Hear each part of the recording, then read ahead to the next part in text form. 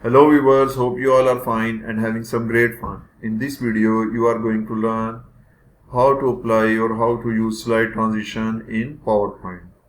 So, here are two slides on which I will apply transition. To apply transition, go in this transition tab, click on it, and here you can see different options are available.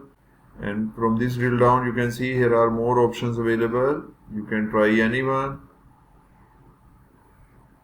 Say this or this one.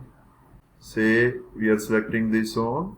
Its preview will be available to you as you will click on the options. For example, I am applying this one to first slide, and by going on second slide, I am applying this one to second slide.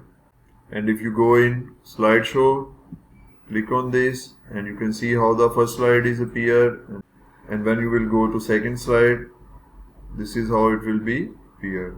So this is how you can use slide transition in PowerPoint.